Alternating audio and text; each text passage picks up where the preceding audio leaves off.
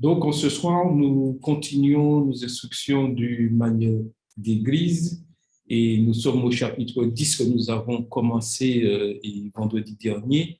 Et nous voyons aujourd'hui une deuxième partie. La chair n'est pas une tribune.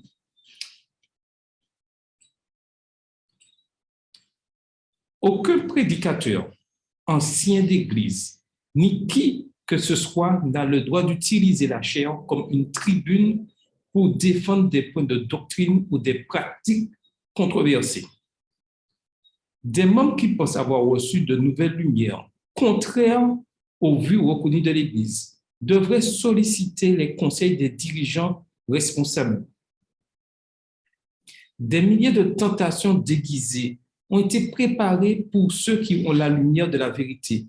Et notre seule sécurité à tous, c'est de ne recevoir aucune nouvelle doctrine, aucune nouvelle interprétation des Écritures sans la soumettre d'abord à des frères d'expérience. Présentez-la leur avec un esprit d'humilité réceptif, avec des prières ferventes. Et s'ils n'y voient aucune lumière, cédez à leur jugement, car le salut est dans le grand nombre des conseillers. Proverbe 11, verset 14. Extrait du livre Événements des derniers jours, page 73, et voit aussi dans Acte 15, verset 1 à 32. Tel fut le plan adopté par l'Église primitive lorsqu'à Antioche surgit une divergence d'opinion sur un sujet important. Les croyants envoyèrent des délégués à Jérusalem pour soumettre la question aux apôtres et aux anciens. Les croyants d'Antioche acceptèrent avec joie la décision du concile de Jérusalem, préservant ainsi l'unité et la fraternité dans l'Église. Et voilà l'objectif de tout ce processus, garder l'unité et la fraternité. Si nous avons reçu une lumière, nous devons être assez humbles pour la soumettre à une majorité de personnes, et même si cette majorité allait à l'encontre, nous devons rester humbles et accepter cette décision. Et si vraiment nous sommes, c'est une vérité, l'Esprit de Dieu guidera les choses. Mais surtout, évitons d'être une pierre d'achoppement ou faire du scandale, vouloir imposer nos idées. Malheureusement, beaucoup de nos frères et sœurs, beaucoup de personnes ont décidé d'aller à l'encontre de ce processus et dire que tout le mouvement qu'il a est anathème et va à l'encontre de ce que la parole de Dieu dit. Mais la parole nous dit bien qu'il faut rester humble et que Dieu, par son esprit, dirige toutes choses. Ce conseil d'éprouver toute nouvelle lumière ne doit détourner personne de l'étude diligente des Écritures. Et ça, c'est un point capital. Il est important que chacun d'entre nous puissions passer du temps à l'étude de la parole de Dieu. Il a pour objectif tout simplement de protéger l'Église contre l'infiltration de théories et de doctrines fallacieuses. Et nous qui vivons dans ces derniers jours, nous rencontrons de plus en plus de personnes qui iront contre nos croyances. Mais restons accrochés à la parole de Dieu, ne lâchons rien du tout. Dieu désire que ses enfants sondent soigneusement sa parole, à la recherche de la lumière et de la vérité, mais il ne veut pas qu'ils se laissent entraîner par de faux enseignements. Voici ce que le Seigneur souhaite pour chacun de ses enfants.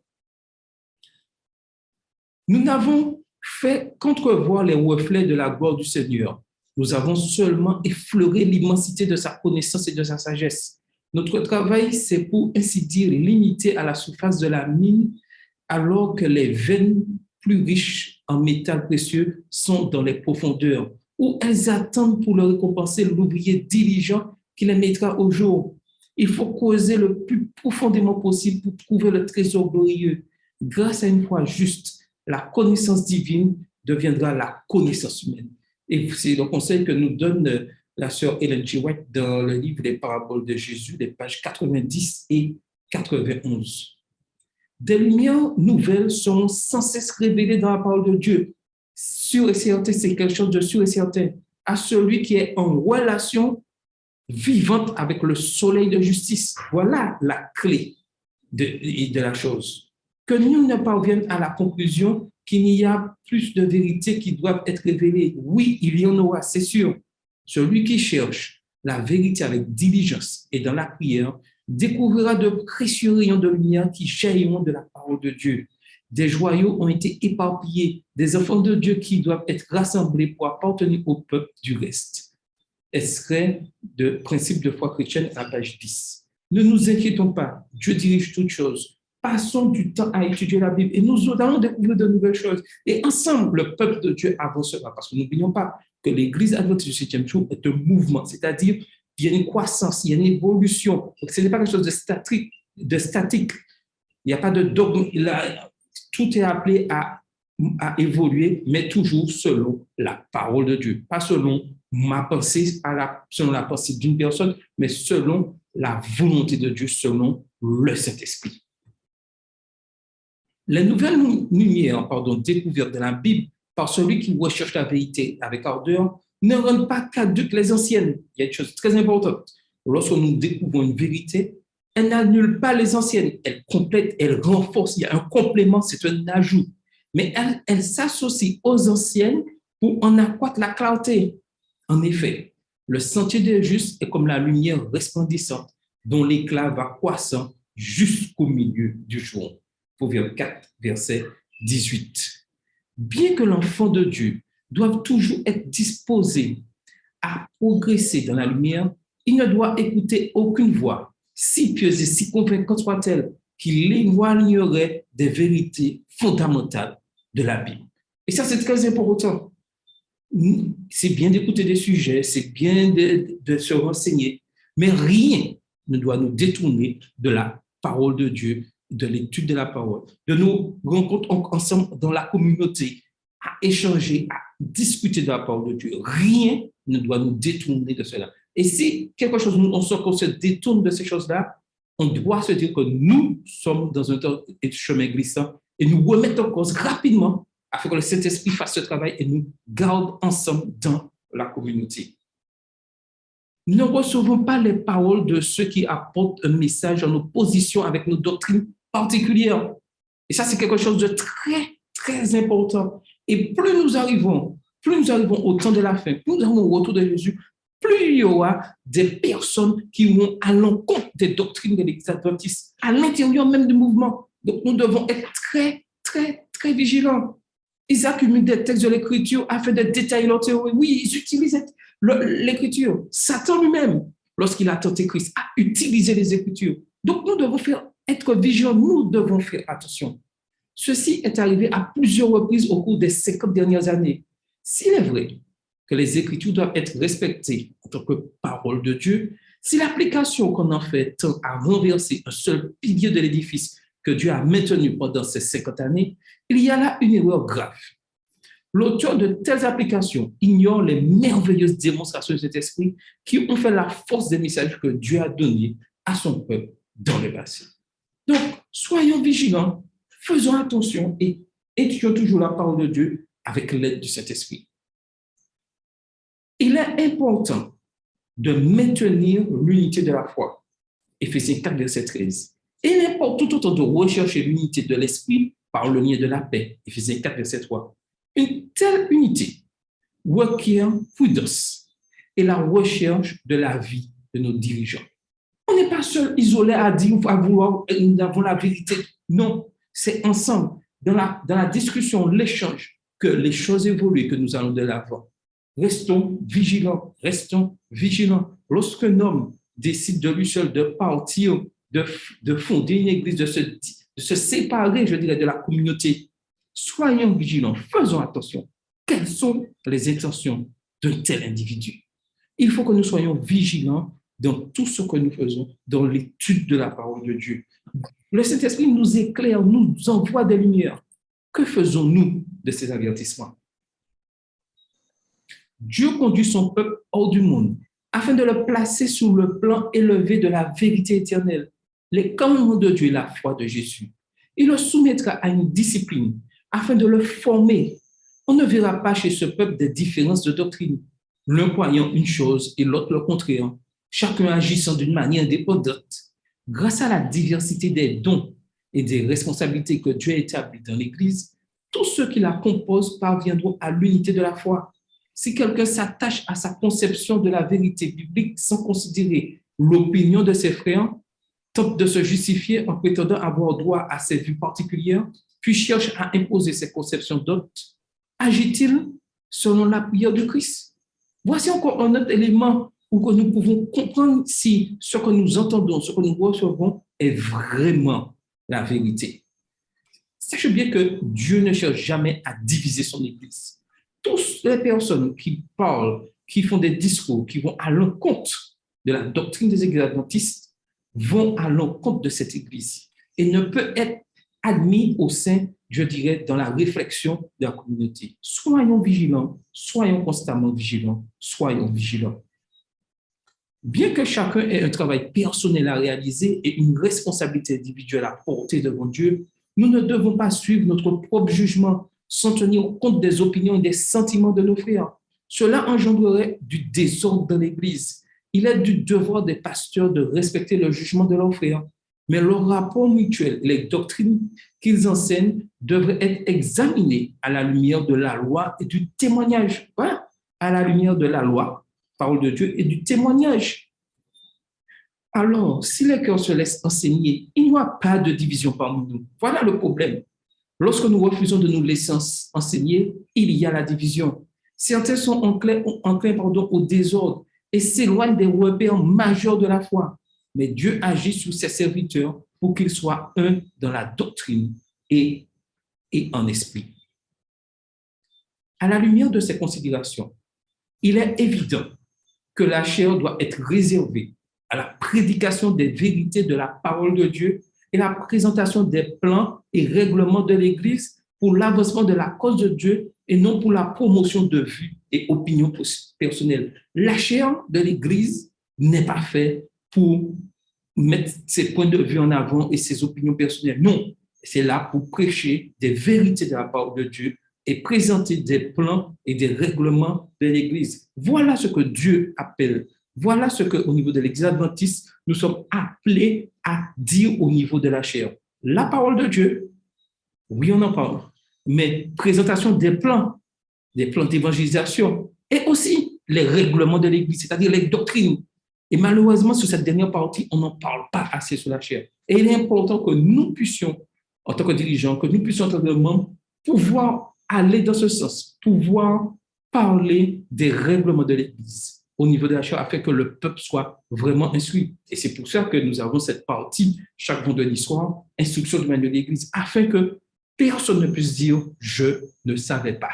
Nous devons fouiller, connaître vraiment ce que dit la parole de Dieu et connaître les règlements de l'Église adventiste du 7e jour.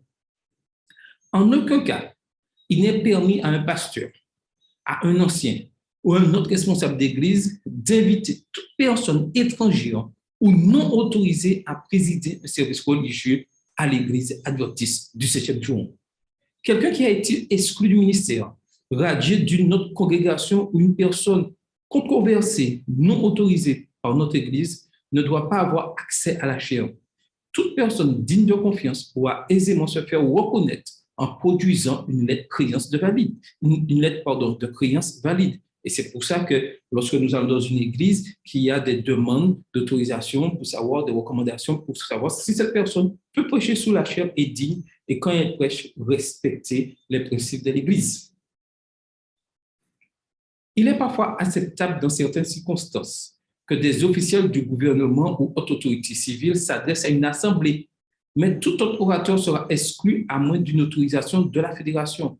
Chaque pasteur, ancien et président de fédération, veillera à la stricte application de ce principe. Oui, si M. le maire de Fort-de-France a un message à faire passer au niveau de l'Église, au niveau de la communauté, un message parce qu'il est le maire, les représentants de l'État, il n'y a pas de souci, mais il ne vient pas pour prêcher la parole de Dieu, il vient pour un but précis en tant que responsable d'autorité. N'oublions pas qu'en tant qu'Église adventiste du 7e jour, nous respectons les autorités et nous les encourageons, nous prions pour les autorités parce que nous savons que leur tâche est très difficile. Donc, nous sommes arrivés à la fin. Aurait-il une question ou quelqu'un voudrait partager quelque chose, ajouter quelque chose à ce qui a été dit en ce soir ou poser une question? Nous avons un petit moment pour cela. Donc, vous avez la parole si quelqu'un veut ajouter quelque chose. En tout cas, n'oublions pas. Oui, Madeleine. Oui, juste une petite question ou peut-être, je ne sais pas, on va voir comment ça va faire avec le fil du temps. Voilà, tu vois, par moment, on nous demande de témoigner et on monte sur la chair pour témoigner. comment cela peut être perçu? Voilà. Alors, normalement, bon, sur le principe du témoignage, nous sommes là pour échanger, nous poussons les membres à pouvoir témoigner, à dire ce qu'ils veulent. Mais au niveau des dirigeants, nous avons aussi des instructions disant qu'il serait sage, avant qu'un membre vienne témoigner, qu'on connaisse, qu'on sache, connaisse ce témoignage et ce sera vraiment édifiant pour l'Église. Et c'est vrai que ce n'est pas évident de peser le pour et contre, mais nous, le Saint-Esprit nous dirige dans ce que nous faisons et dans la préparation des témoignages, il est important que quand même le moment des témoignages soit un moment préparé, même si c'est instinctif, mais qu'on puisse connaître ce qui soit dit et ce sera pour édifier l'Église. Et il faut reconnaître que certains témoignages, des fois, ont amené plus de problèmes dans l'Église que d'encouragement. C'est bon, j'ai répondu à ta question? Oui, alors la seconde, ça vient après. Alors, comment est-ce qu'on peut qualifier, je ne sais pas si c'est qualifié, comment on peut dire ça. Par exemple, là, on parle de la chair. Est-ce que, je ne sais pas moi, on a, comment ça s'appelle, un spécialiste professionnel peut se mettre sur le pupitre devant la chair, on va dire ça comme ça, sur l'estrade, pour présenter un sujet quelconque, un sujet qui n'a de la vie de tous les jours. Est-ce que c'est sur la chair ou est-ce qu'on descend de la chair? Alors, bon, il y a des endroits, ce n'est pas une question de chair ou pas chair, c'est-à-dire savoir déjà cet orateur-là, comme on le dit, le message, c'est un message. Exemple, on ne pourra pas prêcher le samedi matin. Parce que cet orateur, le message n'est pas là pour édifier. Et c'est vrai que dans nos églises, nous avons des moments d'échange et lors d'une rencontre hors du culte d'adoration, il est possible que des spécialistes viennent pour nous apprendre, éclairer sur la santé, des spécialistes juridiques. Le plus souvent, c'est conseillé de prendre des membres d'église adventiste, mais ce n'est pas interdit d'avoir un spécialiste dans tel domaine qui viendra discuter. Mais cette intervention ne sera pas placée au moment du culte d'adoration. On va passer un autre jour dans la semaine, un moment, parce que c'est un moment spécial. OK? Merci, tu as bien répondu à toutes mes questions. C'était les réponses que je voulais avoir. OK, il n'y a pas de problème. Alors, y a-t-il d'autres questions? Quelqu'un qui voudrait ajouter quelque chose? Sinon, on va conclure notre moment d'instruction. Donc, oui, excuse-moi. Vas-y. Oui, ce qui me gêne un petit peu, c'est que quand on dit, par exemple, quelqu'un vient prêcher, par exemple, je viens à Oreb, je viens prêcher à Oreb, et puis qu'on me dise que je viens d'une autre église. Ça me gêne un peu. Parce que je me dis qu'en tant que famille adventiste, si je viens prêcher à Oreb, je suis dans la famille de Dieu. Mais qu'on vienne me dire que je ne perçois ça comme étant étranger. Mais non, tu n'es pas étranger. Parce que tu viens de l'église adventiste, dénommée Bethel, dénommée Oreb, dénommée Bérit. Non, mais je suis dans l'église adventiste. Nous sommes d'accord, tu es dans l'église adventiste. Mais quand on me dit que je suis un visiteur, là, ça me gêne. Parce que je ne suis pas visiteur. Je comprends ce que tu veux dire. Ce sont des termes dans la tradition, l'habitude qu'on utilise régulièrement, mais nous sommes la même famille et qui possède plusieurs communautés. Il n'y a pas de souci sur ça, mais je comprends ce que tu dis, c'est vrai. Des fois, nous employons des termes qui ne sont pas vraiment adéquats avec la réalité, avec ce que nous croyons vraiment. Comme tu dis, si nous sommes de la même famille, il n'y a pas de souci. Voilà. Nous sommes d'accord. Par contre, j'aime bien cette partie-là parce que la chaîne n'est pas imprimée. Parce que bien souvent, et quand tu as dit, par contre, j'aime bien la partie que tu as dit, opinion personnelle. Parce que bien souvent, le prédicateur va en chair et puis on a l'impression qu'il est venu raconter sa vie personnelle. Ma femme a fait ça, mes enfants ont fait ça, j'étais dans le jardin. Alors que ce n'est pas ça. Tu es venu pour prêcher la parole de Dieu. Ça peut arriver qu'on peut donner une anecdote, puisque dans le message, il y a des anecdotes. Des anecdotes. Puisque Spurgeon même a eu l'occasion, dans ses prédications, de donner des anecdotes. Mais de là, on a l'impression que la prédication est basée que sur ça. Ou bien il y a des prédicateurs qui vont sur la chair et tu as l'impression que en créole, nous entre moutons et puis nous sommes des gabrites. Et puis, on n'a rien compris. Tout à fait. Rien compris. Tu as raison. Oui. Vas-y. Alors que Oui, parce que, et même, il me semble, même la fédération a adopté que nos chairs aujourd'hui doivent être des chairs où la prédication de Jésus-Christ crucifié seul qu'on doit prêcher. Donc, mais on a l'impression, il y a une fois aussi, je me souviens, ça s'est passé dans une église où une sœur, elle prêchait et puis on a l'impression qu'elle avait un règlement de compte avec les membres et puis le pasteur. Alors je me suis dit, hey, mon Dieu, qu'est-ce qui s'est passé? Il y a quelque chose. La sœur a commencé à dire, ah ouais, les membres d'église, vous êtes contre le pasteur, etc. Alors là, je me suis levé dans l'église, j'ai dit, mais attends, ma sœur, aujourd'hui c'est le sabbat, on n'est pas venu pour ça. Tu es là pour prêcher l'évangile, tu n'es pas là pour venir. La chair n'est pas une tribune pour faire des règlements de compte. Nous sommes d'accord. Nous sommes d'accord. Nous sommes d'accord. Nous devons faire très attention parce que notre ennemi utilise ceci pour détourner et faire du mal à certains membres qui ne sont pas aussi forts que d'autres et les déstabiliser. La chair est là pour encourager, prêcher la parole de Dieu, faire les plans d'évangélisation et parler aussi de nos doctrines. Ça, c'est très important. Et puis, il y a un comportement, parce que dans le texte que tu as dit tout à l'heure là aussi, il y a aussi des comportements quand on se retrouve aussi sur la chair. Je prends un exemple très simple. Je suis allé dans une église, excusez-moi, mais je prends des exemples où je vois un jeune homme habillé d'une certaine manière, avec des tresses et qui fait la prière de bénédiction finale. Je me suis dit, oups, l'église adventiste a changé. Alors qu'avant, quelqu'un qui avait un jeune homme qui a des tresses sur ses cheveux, fait une prière de bénédiction, moi, je me suis dit, attends, il y a quelque chose qui m'échappe. Donc, non, mais tu as raison, il y a beaucoup de dérives et nous devons faire très attention. Voilà. Et en même temps, nous avons des âmes à sauver. Mais il est important qu'en tant que dirigeant, on puisse rester sur les principes. Malheureusement, au fur et à mesure, les choses glissent. Mais même si nous voyons les choses glisser, nous qui connaissons vraiment la parole de Dieu, nous devons rester attachés à la parole de Dieu. Et quand tu parles des tresses, je pourrais parler du rouge à lèvres, des ongles, et comment on appelle ça? Sous les ongles.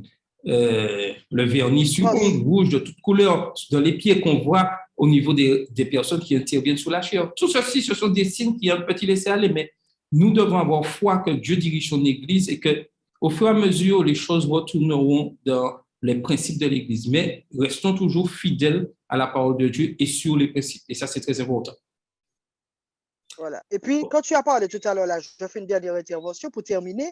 Quand tu as parlé des personnes qui viennent avec de nouvelles doctrines, et ça, on rencontre ça le plus souvent, et ça, c'est visible aujourd'hui même, parce que, et je reviens à ce que tu as dit, l'étude de la Bible, c'est quelque chose de fondamental, parce que ces gens-là, ce sont ce qu'on appelle des dissidents. Et là encore, il y a encore deux nouvelles qui sont sorties, encore deux nouvelles sectes de dissidents qui sont encore, on a les sabbatistes lunaires, on a la vérité présente, deux nouveaux groupes. Donc, quand on n'étudie pas la parole de Dieu, et ces gens-là, eux, ils étudient, ils vont même très loin, ils vont même à déformer Ellen White, les écrits d'Ellen White. Donc, si on n'étudie pas et on ne lit pas les écrits d'Ellen White, eh bien, ce sera un piège. Et c'est là aussi le rôle en tant que dirigeant aussi. Nous devons alerter les membres d'église sur ça. Tout à fait. Et malheureusement, il y en a des dirigeants qui optent dans cette dérive-là. C'est pour ça que. C'est ça. Malheureusement. Et c'est pour ça qu'il est important qu'il faut être très vigilant. Tout à fait. Et c'est une unité entre les pasteurs et les anciens afin de préserver la chair de tous ces dangers. Merci beaucoup à toi. Aussi, oui, je termine parfois des fois, on alerte aussi le dirigeant, parce que ça m'est arrivé d'alerter un dirigeant sur un frère qui avait des dérives, et malheureusement, le frère, le dirigeant l'a laissé quand même continuer. Tout à fait. Jusqu'à ce qu'un jour, cette personne est arrivée, et c'est là la personne lui a dit que le sabbat n'existe pas. Je leur avais dit, dès le départ, je vous ai dit que cette personne avait des dérives. Donc, il faut tenir compte aussi de la vie quand quelqu'un dit des choses aussi. Mais c'est ce qu'il dit là. À la loi et au témoignage. Il faut tenir compte. Voilà. Tout à fait. OK, merci. Donc, une remarque sur le chat, c'est très important. Distraire les gens est considéré aussi comme un fait étranger. Tout à fait. Le samedi matin, on n'est pas là pour distraire, ce n'est pas un show télévisé, on n'est pas là pour distraire, on est là pour parler de la parole de Dieu. Je crois qu'il y avait une dernière intervention. Je ne sais pas, il y avait un micro ouvert. Bon, sinon, on termine. Donc, continuons à étudier la parole de Dieu sans cesse, à ne pas nous relâcher de ce domaine. Et la semaine prochaine, si Dieu veut, nous verrons l'école du sabbat et le service d'adoration. En tout cas, merci à tous et que le Seigneur vous bénisse.